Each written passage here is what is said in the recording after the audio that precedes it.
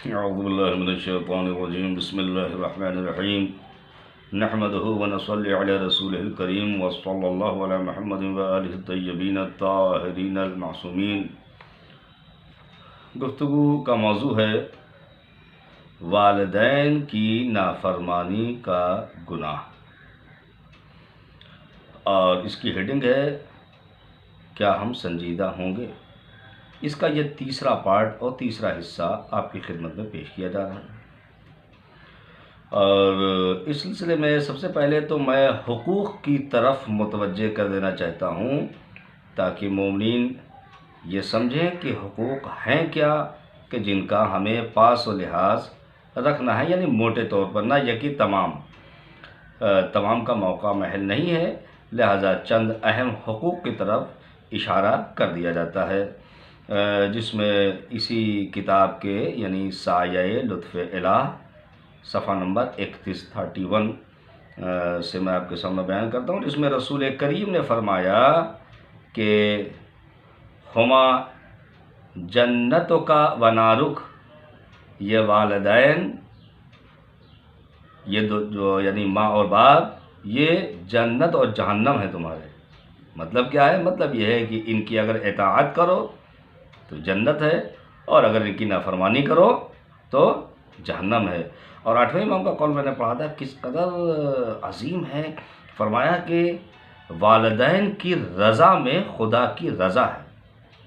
میں سچ بتا رہا ہوں، جب سے میں نے یہ 8ویں امام کا قول پڑھا ہے، میرے دل و دماغ میں گونجتا رہتا ہے، والدین کی رضا میں خدا کی رضا ہے، یعنی جس سے والدین خوش اس سے خدا خوش، اور جس سے والدین ناراض اس سے خدا ناراض۔ آپ اس پہ غور کیجیے گا۔ مزید آگے میں حقوق والدین سے متعلق گفتگو پیش کرنا چاہتا ہوں۔ فرماتے ہیں کہ والدین کے ساتھ حسن سلوک کرنا اور ان کا ادب و احترام کرنا یہ واجب اور لازم ہے۔ 8ویں امام علی رضا علیہ السلام فرماتے ہیں کہ اللہ تعالیٰ نے خود اپنے اور والدین کے شکر ادا کرنے کا حکم دیا ہے۔ خدا کا حکم ہے کہ میرا اور اپنے والدین کا شکریہ ادا کرو، یہ حکم خدا ہے۔ یہ 8ویں امام فرما رہے ہیں۔ اس کے آگے کیا فرماتے ہیں؟ یہ تو قرآن کی آیت کا ترجمہ کیا انہوں نے۔ پھر 8ویں امام اس کے آگے کیا فرماتے ہیں؟ فرماتے ہیں کہ جس نے والدین کا شکریہ ادا نہیں کیا وہ اللہ کا بھی شکر ادا نہیں کر سکتا۔ پہلے والدین کا شکریہ ادا کرو، تب کہیں جا کے تم خدا کے شکر ادا کر پاؤ گے۔ اس کے علاوہ یہ بھی کہ والدین کے اخراجات کا پورا کرنا، یہ ان کے حقوق میں سے ان کا خرچہ پورا کرنا، یہ بھی واجب و لازم ہے۔ بلکہ کس حد تک واجب و لازم ہے یہ بھی آپ سن لیجئے۔ اسی کتاب کے صفحہ نمبر 32 پہ آ گیا ہوں۔ اس میں رسول کریم سے خداوند عالم نے ارشاد فرمایا، خدا نے اپنے رسول سے فرمایا کہ ان لوگوں سے کہہ دیجئے، یعنی جو مسلمان ہیں، کہا ان سے کہہ دیجئے کہ جو مال رضائے الہی کے لیے صرف کرو اس کے اولین حقدار تمہارے ماں باپ ہیں، اور اس کے بعد دوسرے اقارب وغیرہ ہیں۔ اللہ کی خوشی اور اللہ کی رضا کے لیے جو بھی آپ مال خرچ کرتے ہیں، اس میں سب سے پہلا حق کس کا ہے؟ پڑوسی کا حق، رشتہ دار کا حق، غریبوں کا حق، ان کا ان کا، سب کا حق بعد میں ہے۔ سب سے پہلا حق کس کا ہے؟ والدین کا سب سے پہلا حق ہے۔ اچھا، اب میں کچھ اس سلسلے میں اہم چیزیں ہیں جو میں آپ کو سامنے پیش کر رہا ہوں۔ شہید اول نے کتاب قواعد میں حقوق والدین کے ذیل میں کچھ چیزیں بیان کی ہیں، ان میں سے چند میں پیش کر رہا ہوں، سب نہیں۔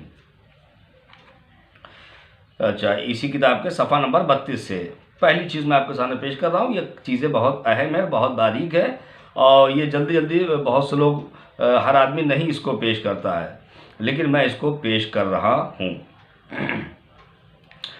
فرماتے ہیں کہ بعض فقہا فرماتے ہیں کہ ہر موقع پر والدین کی اطاعت واجب ہے، خواہ مشتبہ امور ہی کیوں نہ ہوں۔ چنانچہ اگر ماں باپ اولاد کو اپنے ساتھ کھانا کھانے کا حکم دے تو یہ جانتے ہوئے بھی کہ یہ کھانا مشتبہ ہے یعنی مشکوک ہے، پھر بھی ان کی اطاعت کرے اور ساتھ بیٹھ کر کھانا کھائے، اس لیے کہ اطاعت والدین یہ واجب ہے اور مشتبہ چیزوں سے پرہیز کرنا یہ سنت ہے۔ آگے فرماتے ہیں کہ اگر والدین فرزند کو نماز کے وقت کسی کام کے لیے بلائیں تو پہلے اس کام کو انجام دے پھر نماز پڑھے، اس لیے کہ اول وقت میں نماز پڑھنا سنت ہے اور اطاعت والدین واجب ہے۔ اور اس کے آگے جو پوائنٹس ہیں اس کا اگلا پوائنٹ آپ کے سامنے پیش کرتا ہوں۔ فرماتے ہیں کہ اقرب تو یہ ہے کہ ماں باپ، بلکہ اس سے زیادہ جو اہم ہے اس کو میں پیش کرتا ہوں۔ فرماتے ہیں کہ بعض فقہا اس بات کے قائل ہیں کہ اگر فرزند سنتی نماز میں مشغول ہو اور ماں باپ آواز دیں تو نماز توڑ دینی چاہیے۔ مستحب نماز اگر کوئی مثلا نماز شب پڑھ رہا ہے اور والدین اگر آواز دیں تو آپ کو نماز توڑ دینی چاہیے۔ یہ ہے ماں باپ کا احترام اسلام کی نگاہ میں، نماز کو توڑ دینا چاہیے اور جا کے پوچھنا چاہیے کیا بات ہے، کیوں آپ نے مجھے آواز دی ہے، میں آپ کی کیا خدمت کر سکتا ہوں، آپ ان کے پاس پہنچیں۔ آگے مزید ارشاد فرماتے ہیں کہ جس طرح اولاد پر واجب ہے کہ وہ خود والدین کو ایذا نہ پہنچائیں، اسی طرح واجب ہے کہ دوسروں کو بھی اذیت نہ پہنچانے دیں اور حق المقدور دوسروں کے آزار سے والدین کو محفوظ رکھیں، یعنی خود بھی نہ ستائیں اور اگر کوئی دوسرا ان کو ستا رہا ہے تو اسے بھی روکیں، کسی دوسرے کو بھی نہ ستانے دیں، یہ بھی حقوق میں شامل ہوتا ہے۔ اور اس سلسلے کی آخری بات میں پیش کر رہا ہوں، یعنی یہ حقوق والدین سے متعلق ابھی میں 2 حدیثیں سناؤں گا۔ فرماتے ہیں کہ والدین اجازت نہ دیں تو مستحبی روزہ نہ رکھیں، یہ ساری چیزیں میں آپ کو کتاب کے حوالے کے ساتھ پیش کر رہا ہوں۔ والدین اگر اجازت نہ دیں تو مستحبی روزہ نہ رکھیں۔ آپ نے دیکھا کہ مستحب نماز کے لیے بھی یہ ہے کہ اگر والدین میں سے کوئی آواز دے رہا ہے تو نماز کو آپ توڑ دیں، روزے کے لیے بھی ہے کہ روزہ جو ہے اگر والدین منع کر دیں تو نہ رکھیں روزہ، اگر مان لیں رکھا بھی ہے اور کہہ دیں تو توڑ دیں۔ آپ تھوڑا سا غور فرمائیے، بات سنجیدگی کے ہے نا، بہت سنجیدہ گفتگو ہے، اور اگر آپ سنجیدہ ہیں تو آپ نے محسوس کیا ہوگا خدا کہہ رہا ہے نماز توڑ دو، روزہ توڑ دو، مگر والدین کا دل نہ توڑو، والدین کا دل نہ توڑو۔ کس قدر یہ سنگین میٹر ہے کہ خدا کہہ رہا ہے ہماری عبادت نماز توڑ دو، روزہ توڑ دو، مگر والدین کا دل نہ توڑو۔ تو اچھا، اب میں اپنی گفتگو کو آخری موڑ دیتے ہوئے چھوٹی چھوٹی ایک آدھی لائن کی آپ کو ایک حدیث سنا دیتا ہوں۔ ایک حدیث آپ کو سنا رہا ہوں 8ویں امام کی، اسی کتاب کے صفحہ نمبر 18 سے، جس میں فرمایا کہ والدین سے نیکی کرنا واجب ہے چاہے وہ مشرکین ہی کیوں نہ ہوں۔ 8ویں امام کی حدیث ہے، کہا والدین کے ساتھ نیکی واجب ہے، اگر والدین مشرک ہیں، مان لیجئے کہ کوئی انسان ہے جو مسلمان ہو گیا ہے مگر اس کے ماں باپ مسلمان نہیں، وہ یعنی سب مشرک تھے، اس میں سے ایک لڑکا ہے کہ وہ مسلمان ہو گیا، اب اس کے ماں باپ مشرک ہیں، کہا والدین مشرک بھی اگر ہیں تو آپ ان کا بھی آپ احترام اس پہ واجب ہے، ان کا احترام کرنا، ان کا خیال رکھنا یہ واجب ہے۔ والدین سے نیکی کرنا واجب ہے چاہے وہ مشرکین ہی کیوں نہ ہوں، لیکن خالق کی معصیت و نافرمانی میں ان کی اطاعت نہیں کی جا سکتی۔ اب وہ کہیں کہ بیٹا جاؤ پوجا کرو جا کے، اس میں اطاعت نہیں ہوگی، ہے نا، تو معصیت میں اطاعت نہیں ہوگی۔ معصیت کے علاوہ ہر بات میں ان کی اطاعت ہے اور ہر طریقے سے ان کا احترام ہے۔ یہ 8ویں امام کی حدیث میں نے آپ کے سامنے پیش کی ہے۔ اس کتاب میں جو حوالہ دیا ہے وہ بہار الانوار جلد نمبر 74 اور صفحہ نمبر 55 کا۔ آخر میں ایک حدیث آپ کو سناتا ہوں، یہ بھی بہت اہم ہے۔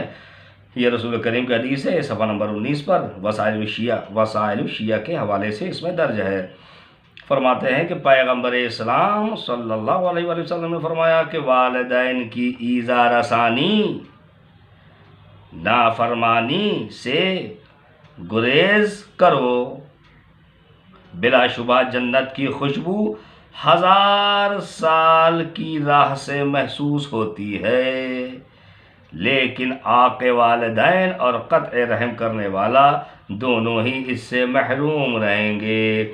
جنت کی خوشبو کو 1000 سال کی مسافت، اتنی دور سے بھی جنت کی خوشبو کو سونگھا جا سکتا ہے، لیکن اگر کوئی عاق والدین ہے، یعنی والدین کی اس حد تک نافرمانی کی کہ والدین نے چھوڑ دیا، کہا جاؤ بھائی ہم کو تم سے کوئی واسطہ نہیں، تم ہمیں اولاد نہیں ہو، تو اگر اتنی زیادہ ایذا رسانی ہے، اس حد تک نافرمانی ہے، تو فرمایا کہ وہ جنت کی خوشبو جو 1000 سال کی مسافت، یعنی اتنی زیادہ دوری سے بھی جنت کی خوشبو سونگھی جا سکتی ہے، مگر ایسا انسان کہ جو والدین کا نافرمان ہے اور عاق والدین کے شکار ہو چکا ہے، وہ اتنی دور سے بھی خوشبو کو بھی نہیں سونگھ سکتا۔ اب آپ اندازہ لگائیں، جو خوشبو نہیں سونگھ سکتا وہ جنت میں جانے کا کیا سوال پیدا ہوتا ہے؟ جنت کی خوشبو نہیں سونگھ سکتا، ایک یہ، اور دوسرا قطع رحم کرنے والا، یعنی جو رشتہ داروں سے رشتہ ناتا اپنا